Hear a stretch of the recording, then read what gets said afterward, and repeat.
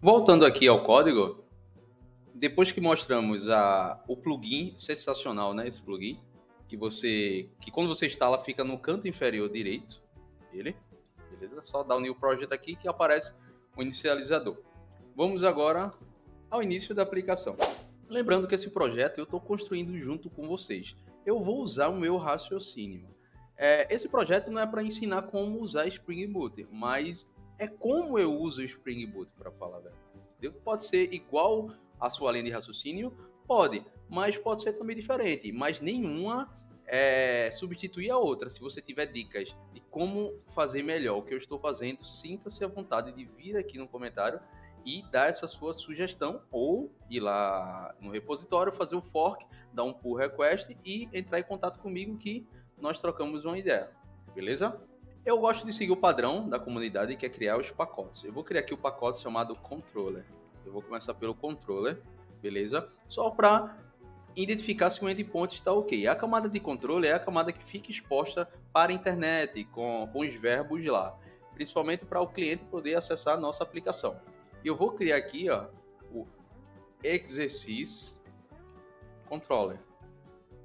Tudo bem?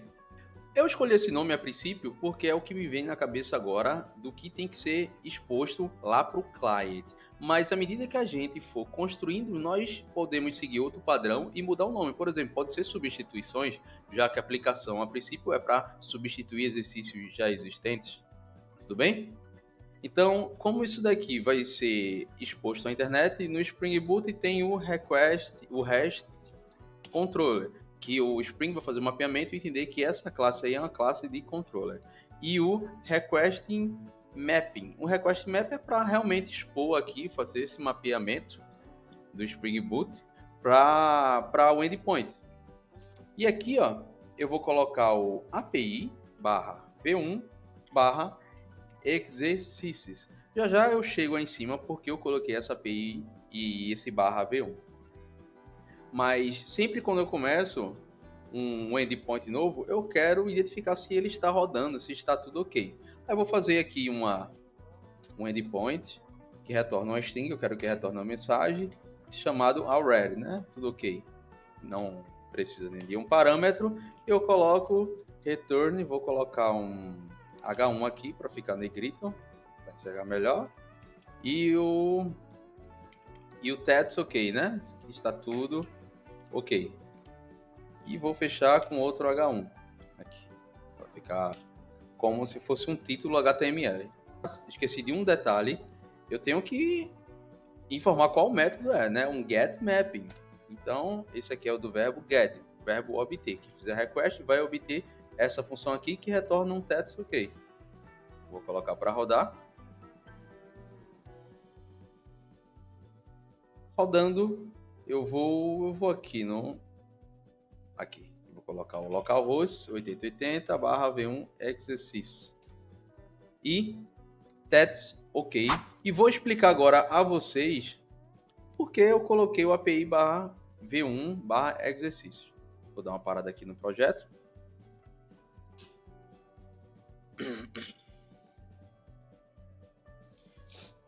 Imagina que eu altero essa versão, essa API aqui, essa função, para melhorar ela. Vamos dizer que chegou uma demanda que você precisa melhorar essa API ou fazer alguma manutenção. Imagina que se eu chego aqui e vou colocar um parâmetro, string nome, né? E retorno aqui. Isso aqui vamos dizer que é a tarefa que eu tenho que fazer. Opa. Deixa eu só organizar aqui. Name, beleza? Se eu colocar para rodar, ela vai funcionar. Mas imagina só o cliente que está usando essa versão aqui, API/v1/exercício. Se ele estiver usando a aplicação lá no cliente dele, que está consumindo esse nosso serviço, vai quebrar. Porque eu mudei a funcionalidade dessa versão do endpoint.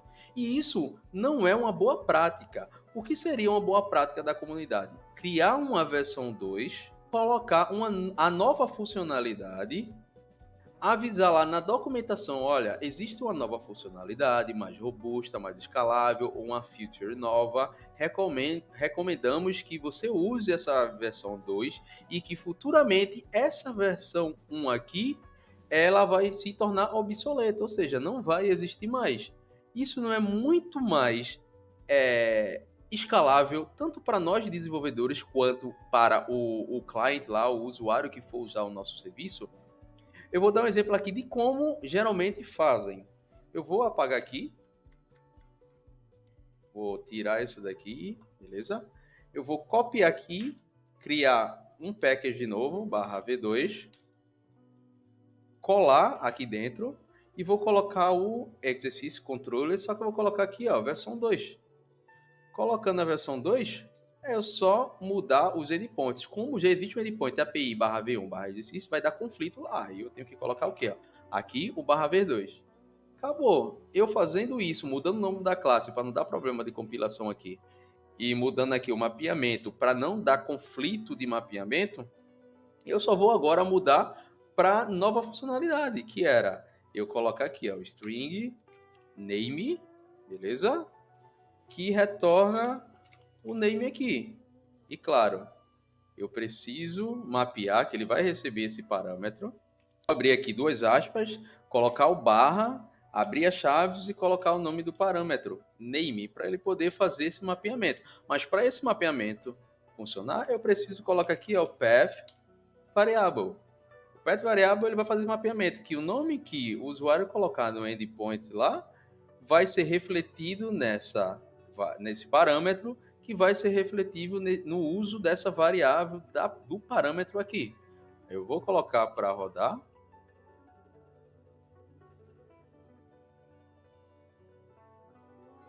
Funcionou tudo. Pronto. Rodou a aplicação sem eu precisar quebrar a versão 1. Ó. Aqui está a versão 1. Ó. API V1 exercício, que só retorna o that's OK. Aí, se ele quiser usar a nova versão, ele só vai mudar o endpoint lá no client, colocar a funcionalidade que está pedindo, por exemplo, aqui, ó, Rodrigo. Vou botar aqui, Rodrigo. E retornou, that's OK, Rodrigo, com a nova funcionalidade. Aí, futuramente, eu coloco lá na documentação que essa V1 aqui não vai funcionar mais, e só a versão 2 vai funcionar. E isso vai acontecer sempre. Se tiver uma nova mudança, aí eu coloco a versão 3 e sempre trabalhando com esse versionamento. Tudo bem? Vamos apagar aqui, né? Que nós vamos, essa aqui só foi para testar. E vamos deixar só o endpoint controller. Beleza? Eu vou encerrar por aqui. O próximo vídeo já é fazendo a modelagem do banco de dados com vocês para criar a entidade, exercícios e seus parâmetros lá e fazer um método de criar exercício e de obter uma lista de exercícios por tipo. Até a próxima e obrigado por chegar até aqui. E se puder, dá um like, se inscreve no canal se você não é inscrito e compartilha com amigos.